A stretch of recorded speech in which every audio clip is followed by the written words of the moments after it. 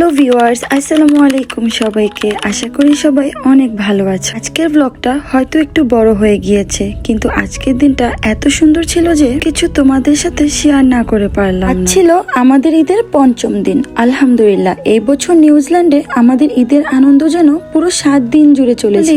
Living overseas and the celebrating Eid with the Muslim community makes the occasion feel even more special. বিকেলে city কাউন্সিলের পক্ষ থেকে মুসলিম কমিউনিটির জন্য একটি বড় ঈদ ফেস্টিভ্যালের আয়োজন করা হয়েছিল। I have to admit today's weather felt absolutely perfect for an indoor festival. আজকে ড্রাইভিং করেছিলাম আমি নিজেই, কারণ আমার হাজবেন্ডের কাজ ছিল, তাই সে সরাসরি ফেস্টিভ্যালে এসে জয়েন করে। ভেন্যুতে এসে পৌঁছে খুব সহজেই পার্কিং পেয়ে গেলাম। পার্কিং করার পর দূর থেকে বড় এলইডি স্ক্রিনে ইসলামিক মেসেজ দেখতে পেলাম। নন মুসলিম কান্ট্রিতে ইসলামের এমন সুন্দর উপস্থিতি দেখলে মনটাই সত্যিই ভরে যায়। It felt like the whole Muslim community had come together under one roof. এখানে বিশাল বড় ঈদ মুবারক ব্যানার দেখে সত্যি অনেক ভালো লাগছিল। মনে হচ্ছিল ঈদের আনন্দ যেন চারদিকে ছড়িয়ে আছে। মেইন হল রুমে ঢুকতেই চোখে পড়লো কালারফুল কটন ক্যান্ডি স্টেশন। বাচ্চাদের জন্য রেইনবো কটন ক্যান্ডি বানানো হচ্ছে। The colorful setup instantly catch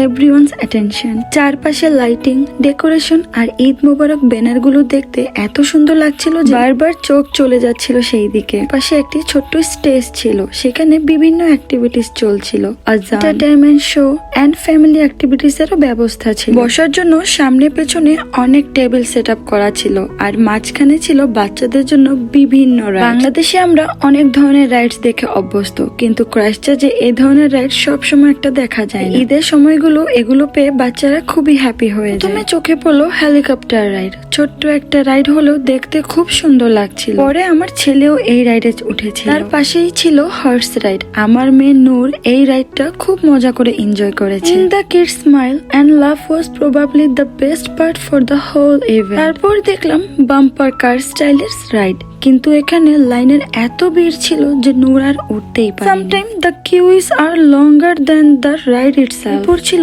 jumping activities. আমি মজা করে এটাকে মিনি জাম্পার বলে থাকি, বানজি জাম্পিং। বাচ্চারা এত মজা করছিল কি বা বলবো, যা আপনারা নিজের চোখেই দেখতে পাচ্ছেন। ওদের হাসি, দৌড়ঝাঁপ আর এক্সাইটমেন্ট পুরো ফেস্টিভ্যালটাকে আরো প্রাণবন্ত করে তুলেছে। Watching them have so much fun make every minute worth. যেহেতু আমার মামুনি পর্দা করে, তাই আমরা একটু সাইড কর্নারে এসে একটি টেবিলে বসে পড়লাম। আমার মামুনি খুব সুন্দরভাবে জায়গাটা ম্যানেজ করে বসেছিল। ওইখান থেকে পুরো অনুষ্ঠানটা দেখা যাচ্ছিল। কিছুক্ষণ পর আমি আর নাহিদা ভাবি বের হলাম ফুড স্টল এক্সপ্লোর করতে। Now it was time for a little food adventure. বাইরে বের হয়ে দেখলাম অনেক এক্সট্রা স্টল বসেছে। মালি সিস্টারদের ক্লোথিং স্টল ছিল, লাকি ড্র স্টল ছিল, গিফট শপ ছিল, জুয়েলারি স্টল ছিল, আর অনেক কিছু। তবে আমার কাছে লাকি ড্র স্টলটা বেশ ইন্টারেস্টিং লাগে। $5 দিয়ে নাম্বার তুলতে হয়, আর ভাগ্যে যা আছে সেটাই price. The lucky draw added a little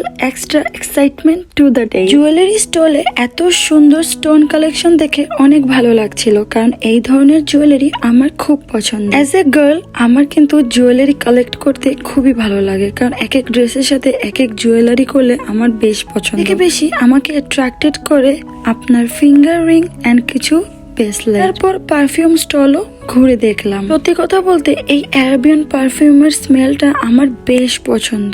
কার কার পছন্দ কমেন্টস করে জানাবেন। ফুড সেকশনে গিয়ে আমি আর ভাবি সিদ্ধান্ত নিচ্ছিলাম কোন দোকান থেকে খাবার কিনবো। দেখলাম টার্কি স্টাইলের কাবাব র্যাপও পাওয়া যাচ্ছে, ভাবলাম পরে নেব। এর কিছু এক্সপিরিয়েন্স এর কারণে এখন আমরা একটু কেয়ারফুল থাকি। আগে টেস্ট করলে দেন পরে অর্ডার দেই, বা পরের জন আগে টেস্ট করলে দেন আমি অর্ডার দিই। আমার আর নাহিদা বাবির খুবই খারাপ একটি অভিজ্ঞতা আছে, আর সেটা হলো অকল্যান্ড থেকে। Experience teach you a lot, specially when it's come to festival. তুমি আমরা বাচ্চাদের জন্য ফ্রেঞ্চ ফ্রাই কিনে নিলাম। তারপর নূরে ফুড স্টল থেকে চিকেন সসেজেস আর নুডলস কেন। এখানে শুধু আমরা একা যে আছিলাম তা কিন্তু না, ভাবি ওয়েট করছিল খাবারের অর্ডারের জন্য, আর এইখানে আমি জাস্ট ভিডিও ক্লিপ করছিলাম।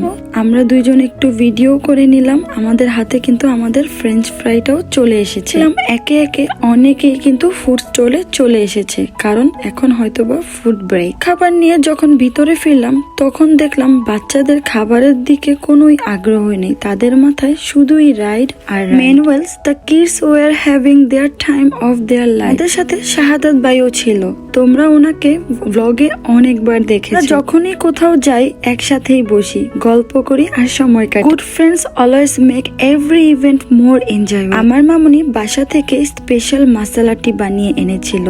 ওনার হাতের এই চাটা সত্যি অসাধারণ। সবাই মিলে চা খেতে খেতে গল্প স্টার্ট করে দিল। Warm cup of tea on a silly evening felt absolutely perfect. এরপর আমি আমার ছেলেকে নিয়ে এরোপ্লেন রাইডে চলে গেলাম। পরে নূর আর আয়াতকে নিয়ে বানজি ক্যাসেলের দিকে চলে গেলাম। Children don't need much to be happy and that's the beauty of child. এদিকে আমার হাজবেন্ডও ফেস্টিভ্যালে চলে এসেছে, কিন্তু এত ব্যস্ত ছিলাম যে ভিডিও ওকে একদমই ঠিক মতো নেওয়া হয়। পরে উনি আমাকে মালয়েশিয়ান চিকেন, তুর্কিশ কাবাব, ম্যাঙ্গো শেক আর কোল্ড ড্রিঙ্কসও কিনে দিলেন। কারণ অনেকক্ষণ ধরে আমি বাচ্চাদের নিয়ে ব্যস্ত ছিলাম, তাই উনি ভেবেছে এবার আমাকে একটু ট্রিট দেয়া দরকার। ছোট ছোট কেয়ারিং মুহূর্তই আসলে সব থেকে বেশি মনে থাকে। Sometime love is expected thought the smallest gateways. ধীরে ধীরে ফেস্টিভ্যাল শেষ হওয়ার সময় চলে এলো। তখন নূর আবার লাকি ড্র খেলতে চাইলো। আমরা ওকে সুযোগ দিলাম, কিন্তু এবারও ওর মন মতো প্রাইজ আসে। মজার ব্যাপার হলো প্রাইজ জেতার পরও বললাম, মামি এটা আমি নেব না,